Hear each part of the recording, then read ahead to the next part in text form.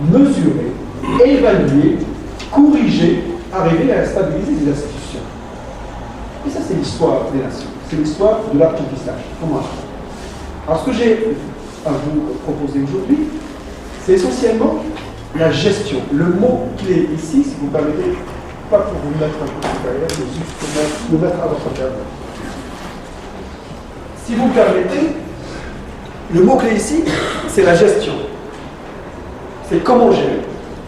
L'idéologie, je ne l'aborderai pas. Bien sûr, vous pouvez poser des questions, tu vois, vous aurez des réponses en fonction des questions, en fonction de la teneur, en fonction du temps, de la question.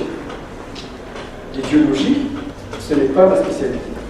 Il y a des sous-bassements idéologiques. Oui, des sous-bassements idéologiques. Je vais les évoquer tout à l'heure.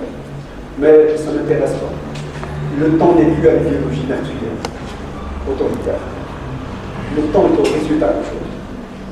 En termes de santé publique, en termes de sécurité publique, en termes de défense, en termes d'industrialisation, des institutions fonctionnent. Ça, c'est le résultat qui compte. 50 ans d'expérimentation, 50 ans d'apprentissage, 50 ans, 60 ans d'apprentissage, c'est peu, c'est très très peu. Toutes les nations, y compris les nations qui ont 8000 ans d'histoire, souffrent des problèmes de l'homerie, l'homme qui se comporte mal. Cela n'a pas donné raison à ces institutions de tuer toute la population. Non, gérer la situation. Comment on gère les situations sécuritaires, on gère les situations éducatives, on gère les situations de justice ou de transport, les missions fondamentales de l'État. Dans certains pays, c'est des missions régaliennes, même s'il y a plus de rois, ou il y a très peu de rois, mais on continue à radoter. Mission régalienne, mission régalienne, mission régalienne. Mission souveraine, peut-être. Il y a encore que vaut la souveraineté pour un pays qui n'arrive pas à payer sa facture alimentaire. C'est quoi la souveraineté? Un pays qui ne peut pas se défendre. Beaucoup de pays dans le sud sont des pays de façade. Alors, ici, le mot-clé, c'est la gestion des nouvelles formes d'ouverture et de rapprochement public-privé. Je ne parle plus des partenariats public-privés, même si la chaire d'intellectuelle à l'État de France, une chaire de qui essaie de comprendre comment gérer, c'est-à-dire comment obtenir pleine efficacité, pleine efficience, pleine économie et pleine équité. Puisque quand on gère les affaires publiques, ce n'est pas juste une question d'argent, n'est-ce pas? Même si l'argent compte beaucoup. Vous croyez en nous, en nous, vous les gens. Dites-le. S'il marque l'hésitation, vous avez tout compris. D'accord, merci. Je n'ai pas plus loin que ça. Posez la question. Monsieur, est-ce que vous croyez en moi? En vous, Aïcha, Meniam, Nadia, est-ce que vous croyez en elle? S'ils disent oui, fermement, c'est votre homme. S'ils hésitent un instant, si vous voyez les yeux briller et poser parfois, dites que j'ai compris, monsieur. Et n'allez pas plus loin par pudeur intellectuelle, par esprit de cœur, esprit de cœur. Merci. Professeur, merci beaucoup. Je tiens vraiment au nom de l'assistant de remercier le professeur Lacan Blanchenoux qui nous a offert une quarantaine de livres, les derniers livres sur le crise. Et je profite de son passage pour venir ici, débattre avec nous et présenter une synthèse de son ouvrage. Je remercie aussi mon ami Béchir Chirbi, sénateur, d'avoir répondu favorablement à l'invitation. D'accord? Et M. Osmoudi, ex-directeur de Hajara. Du site. Allez, on continue. Wallah, Yassine Mahfoud, je ne sais pas si c'est bien de donner la parole à un vieil économiste. D'abord, il est vieux, il est économiste. Et comme notre ami professeur au Canada a dit que les vieux, peut-être que c'était plus de mode, et que les économistes se trompent toujours, c'est difficile de donner la parole à un vieil économiste. On profite. Il y aura un débat, mais moi je ne vais pas garder trop longtemps.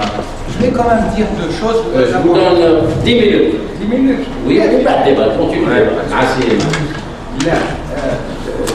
Donc les 10 minutes, je vous remercie. J'ai gagné une minute. En entendant notre collègue de l'Université du Québec, j'ai trois points d'accord, 3 points de désaccord, et 3 points, évidemment. Sinon, Dans la guerre dit pour être d'accord sur tout, et 3 points d'interrogation. Sur l'accord, 3 points d'accord, il y a en Algérie une crise multidimensionnelle, il y a une crise de ressources. Et la phrase que j'ai l'habitude de dire est la suivante: l'Algérie a fait peu de croissance avec beaucoup de ressources, et si nous sommes intelligents, avec l'aide de ces ZOS, alors on fera à l'avenir plus de croissance avec moins de ressources. Premier point. Deuxième point sur lequel je suis d'accord, il est temps, à partir du moment où il y a moins de ressources, il est temps de trouver le relais dans les ressources. Le relais, c'est-à-dire trouver des ressources additionnelles venant d'autres sources que celles que nous connaissons. Et alors évidemment, il y a là les ressources privées, et c'est à ce propos-là que le PPP peut être intéressant, mais pas au sens où il nous a été présenté, en tout cas pas assez précisément, c'est mon point de désaccord.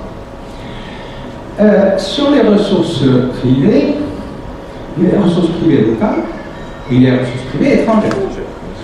Sur ces deux types de ressources, malheureusement, notre situation n'est pas assez clarifiée. Les autorités algériennes n'ont pas encore clarifié de façon nette la question du relais. Il faut qu'on trouve d'autres moteurs. Et les autorités algériennes, à ma connaissance, n'ont pas encore clarifié ce point-là de façon précise. Et notamment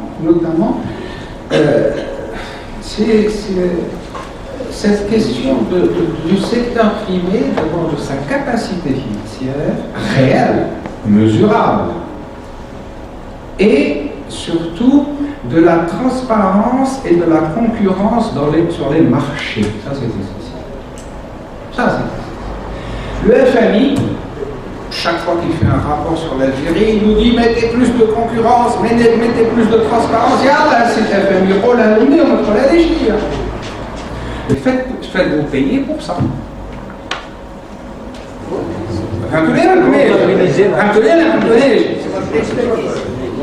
Faites-vous payer pour ça.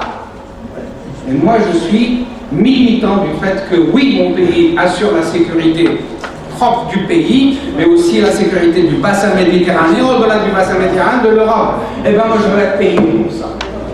J'ai fini. voilà,